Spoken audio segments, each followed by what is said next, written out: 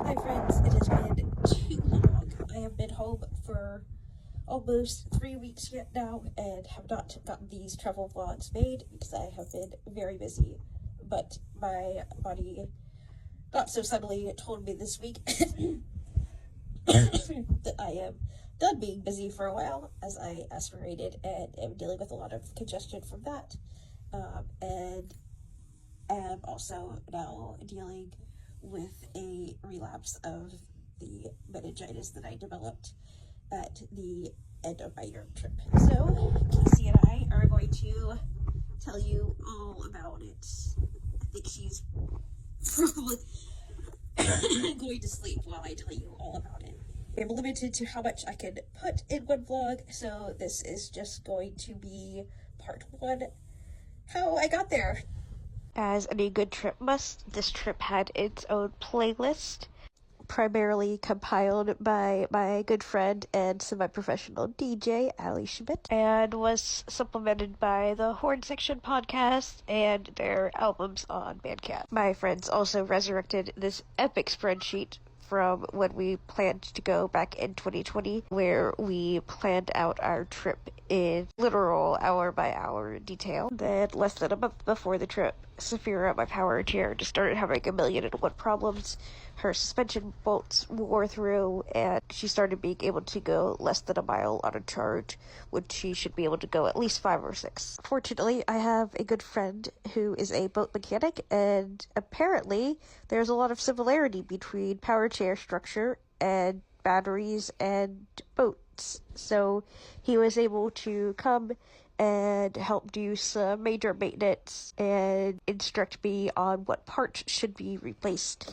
Of course, Casey then had to inspect every part that arrived and was installed to make sure that my legs would be safe to travel. So we started replacing the joystick and the joystick cable and then the battery connectors, and nothing helped. We didn't think the batteries themselves were bad because they're less than 6 months old. So, amidst all of the wheelchair maintenance issues, I had to make what was supposed to be a quick overnight trip to DC to get my passport about 10 days before I left the country, because even though I had been attempting to get my passport for about 10 months, I had run into pretty much every issue you could imagine, including having only a photocopy of my birth certificate instead of what I thought was my original birth certificate, because it turns out that before my mom passed 9 years ago, she actually hid away all of our actual birth certificates, so we had to find those, and my dad had to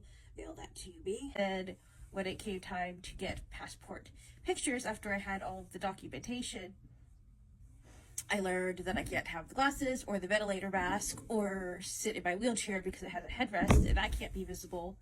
Basically, you can't have anything that makes it look like you're disabled. So I had to stand and balance on my crutches and hold my breath and have absolutely no vision at all, while somebody came behind me and positioned my head in a way that I can't even show you right now because of the meningitis, and tried to stand and hold that after they left the frame. And then I still had to get documentation from my regular doctor explaining that my eyes were as open as far as they could be, even though the AI system said that I was blinking in every photo. And by the time I got all of that, and learned where my mom was born, because no one in my family knew that until we found her birth certificate.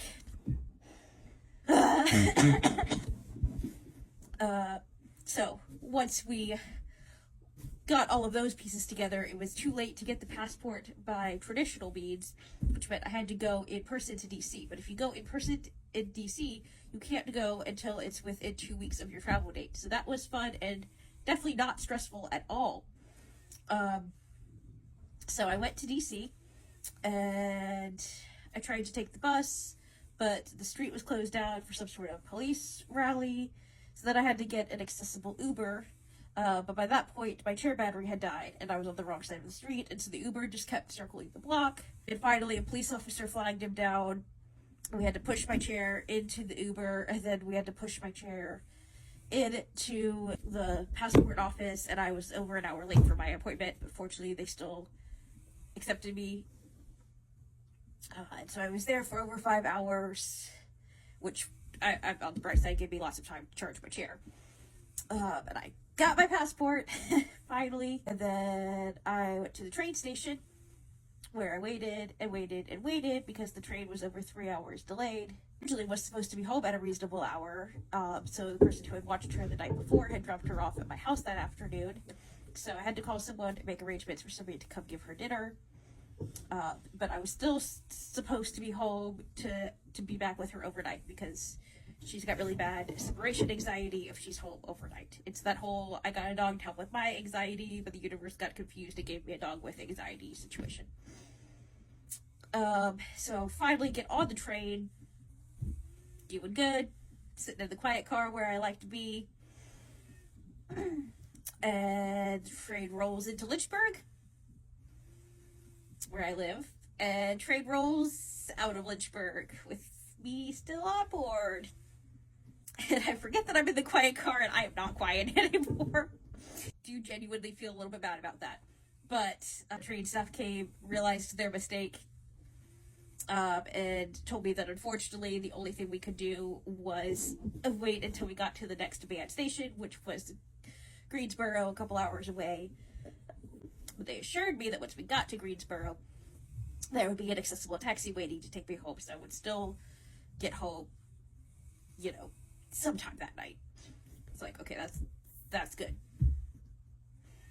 But then we got to Greensboro, they got me off the train and into the train station, and that's where the station staff informed me that they had not been able to find an accessible taxi, and so they were just going to have me spend the night in the train station and take the next train home at 8 a.m. the next morning.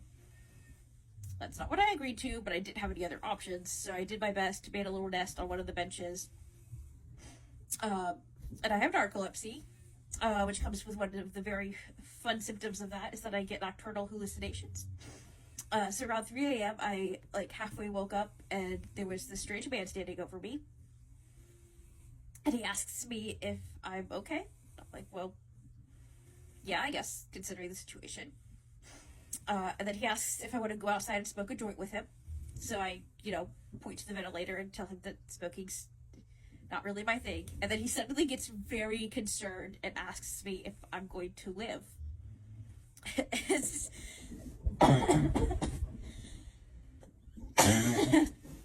To which I respond to hopefully for a little bit longer, but right now I really just want to sleep. So I was wearing a sweatshirt. It was freezing in the train station. And so I just pulled it over my head and tried to roll over as much as I could and turn my back to him.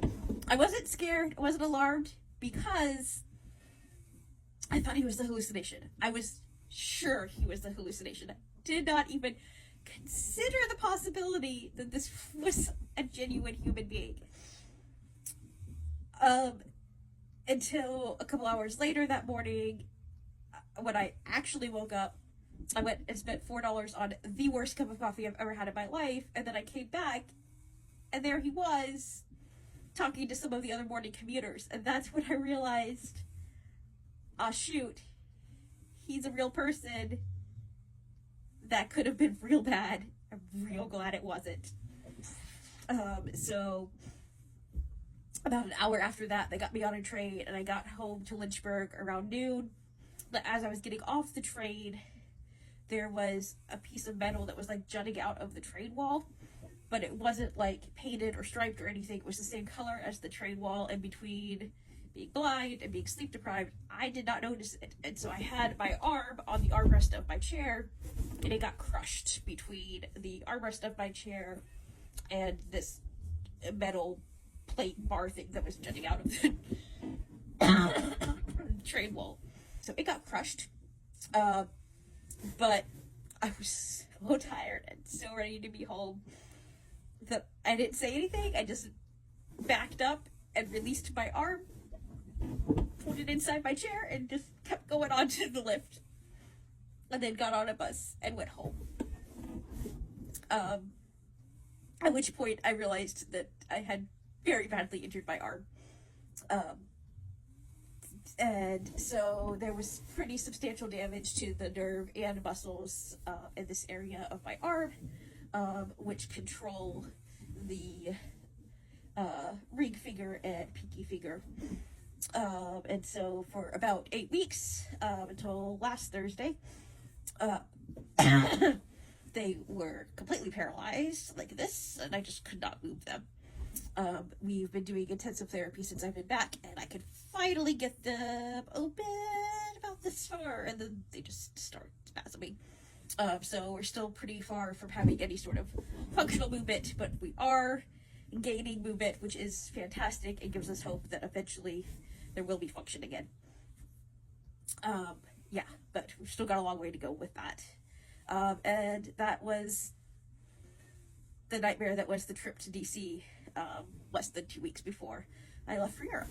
As soon as I got home, we started replacing wheelchair parts again. We bought a new charger, and then literally 2 days before I left the country, I switched out the fuses, and still nothing worked. So at this point, we realized that I was just sold bad batteries 6 months ago, and they needed to be replaced, but I didn't have time to get them before I left the country. So I had to take my chair with crappy batteries on my travels. So since there was nothing else I could do to get Sophia ready, at this point, I finally started packing for myself, and yes, I did manage to fit all of my non-medical stuff into a single carry-on bag, which is quite the accomplishment. But Casey quickly noticed that I was only packing for myself and not for her, and started pounding and giving me the saddest dog eyes.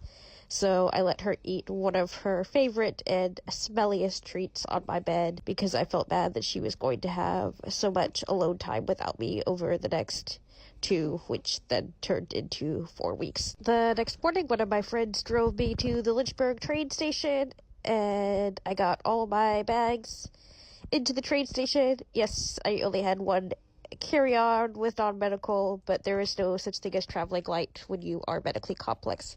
And I waited there for 6 hours before Amtrak finally canceled my train. At this point, I was getting quite nervous, because the entire second week of my trip was supposed to be this grand train tour of Europe, going through the Netherlands and Germany and Switzerland, and then going up and taking a ferry over to Dublin before finally ending in Leicester to see the horn section. And I clearly was not getting along with trains. Since the train was canceled, there was no way for me to make my flight that night in DC, so I had to postpone my flight to Paris by 24 hours. On the bright side, that meant that I got to go home and spend one more night in my bed with my sweet Casey. When I finally made it to Dulles the next afternoon, of course the first thing I had to do was stop and refuel myself and Sophia, so I plugged Sophia in, and I ate a protein pudding pouch. I had airline assistance getting through the airport, but it was extremely frustrating because Sophia kept dying, which was irritating him, and I don't think he understood that I was blind, because he just kept walking super far ahead of me, and going outside of my field of vision, and I kept asking him to slow down and stay closer, and weirdly, there was more of a language barrier before I left the US than once I landed in Paris. However, the actual TSA agents that I worked with were phenomenal. They were so polite and professional and so kind, just deferring to me with how to interact with my chair and ventilator, and I could not have asked for a better experience going through security. Just chilling here at an empty gateway.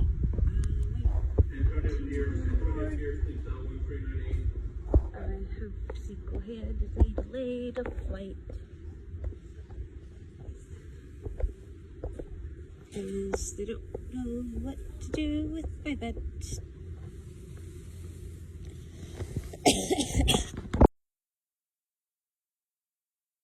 Yep, that's right. I delayed my departure flight by about 45 minutes, because even though I got to the gate 4 hours before my flight, and I had told them at least 3 times, both over the phone and via email, that I was coming with a power wheelchair and a ventilator and multiple other pieces of medical equipment. Once I got there, they were like, "Well, wait, what now? What is this?" and had no idea what to do with me. And then instead of dealing with that, 4 hours before my flight when I got there, they waited until 30 minutes before my flight to call a supervisor and be like, hey, this lady has all this medical equipment and we don't even know if it's allowed on the plane, which I knew it was because I had been doing research for months in advance to make sure that I could bring all of the necessary equipment on the plane, but nobody could listen to me or look at the paperwork that I had stating that everything was safe to fly. United wanted my batteries to come out of my chair, even though they're dry cell and those are safe to fly in the cargo hold. So it was just a whole mess. And so I dismantled Saphira in time to board with the first group, the group that needs special assistance and extra time to board. But unbeknownst to me, they were not going to have me board with that group. They were going to have me be the last person to board because they still had a billion questions for me. So I was stuck using my crutches to walk back and forth to the desk to answer all of their questions. It took us until 45 minutes after departure time to get everything squared away, and then I got to do the lovely walk of shame down, and I had one of the back row seats, so I walked the whole length of the plane on my crutches, as everybody had been sitting on the plane for 45 minutes, wondering why they were delayed. I'm just getting on the plane being like, it's me. So soon after I got on the plane, we were finally cleared for takeoff, and I was very excited to say goodbye to the U.S., though there was a lot of concern from my medical team about whether or not my heart would be strong enough to handle the flight. I made it safely.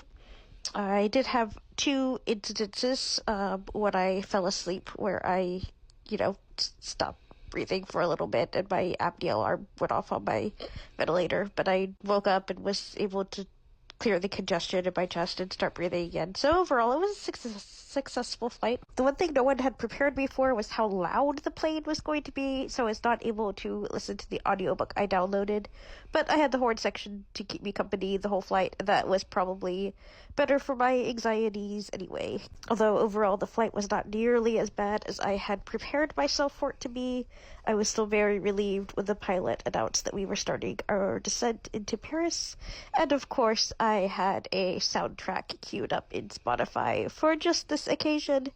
I wasn't able to get any photos or videos as I was getting off the plane or going through the airport in Paris, so I'm back to dish out the tea, as it were.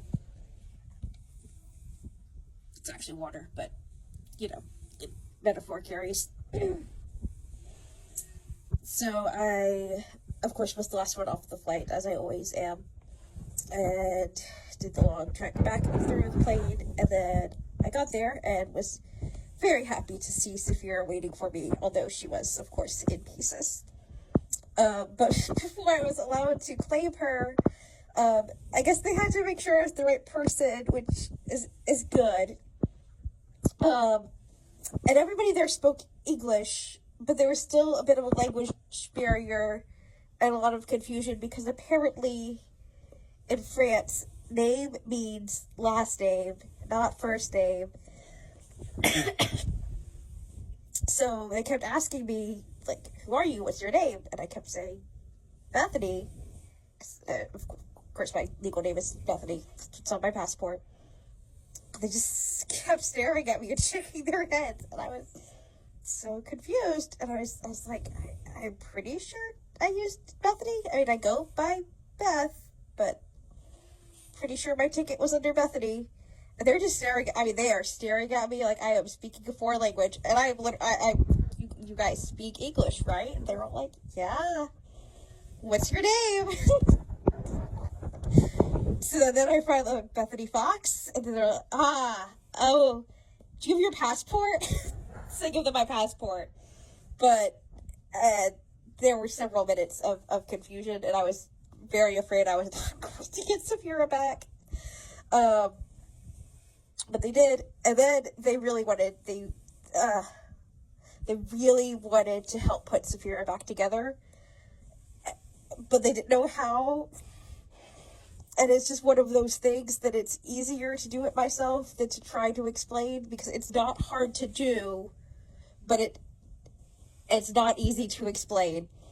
And so they were determined that they were going to do it for me, and I was so afraid they were going to break her. But we eventually got her put back together, and I got in, and fortunately,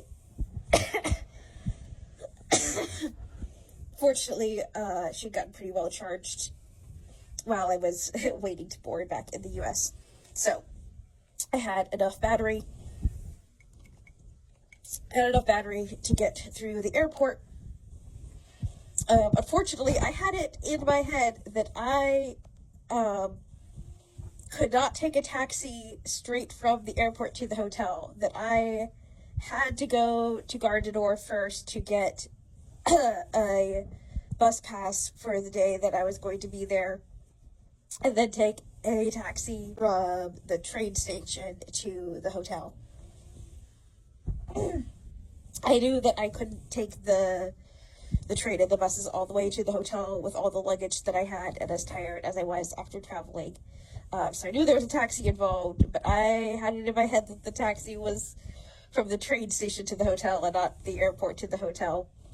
I had to switch terminals to get to where the trains come to the airport. And when I got to that terminal, it was so bright that my vision whited out and I could not see anything. So I'm literally driving around at this point totally blind, and I don't have my cane because the hand that I used my cane in didn't have enough function at that point to use my cane. So I'm just very slowly, aimlessly rolling through the airport that to this day I don't know how to pronounce the name of, CDG. And finally, a police officer stops me and is like, "Do you need help?" I don't know what gave you that impression, but yes, I do.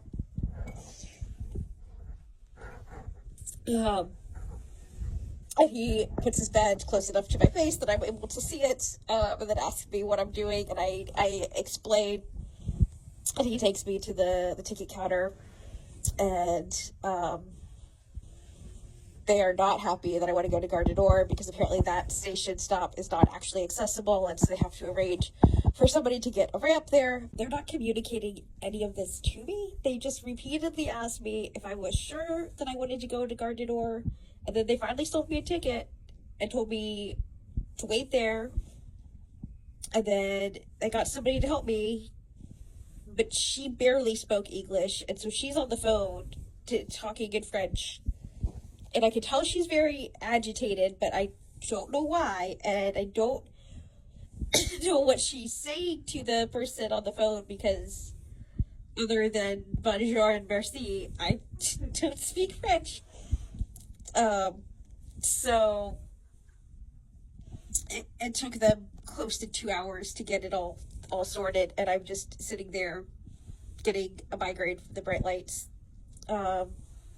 And then they finally take me and put me on the train, and they still never told me what the problem was or why it took so long. It wasn't until I got to Gare du Nord and the person met me with the ramp and told me how much trouble I had caused by wanting to go there, and I'm like, I'm sorry, if anyone had said something before I bought the ticket, would have considered alternate arrangements. I had no idea.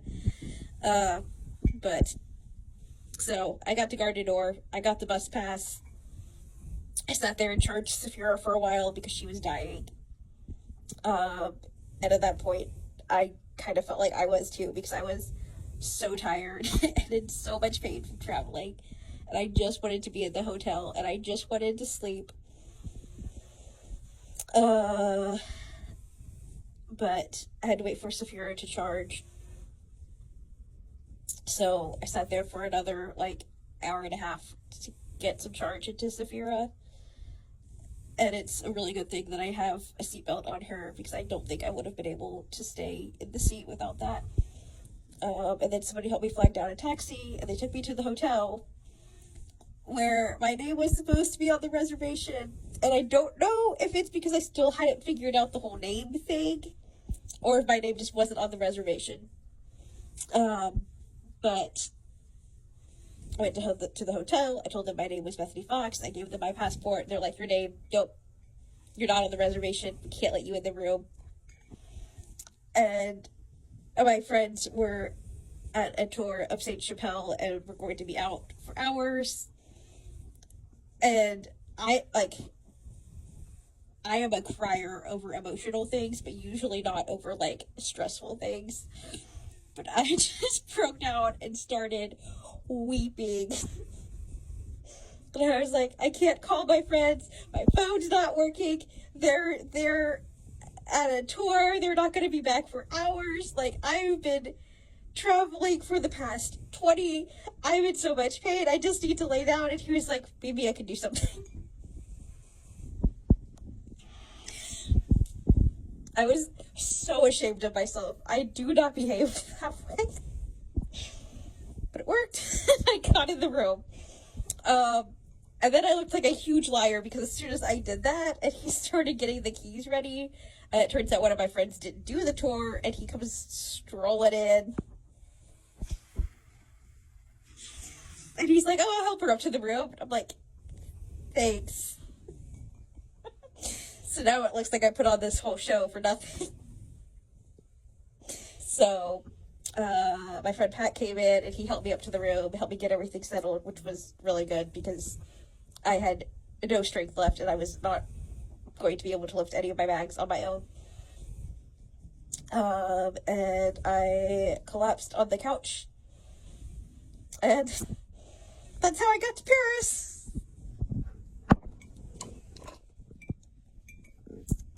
See you later for part 2, which will be the disastrous 24 hours that were my time in Paris.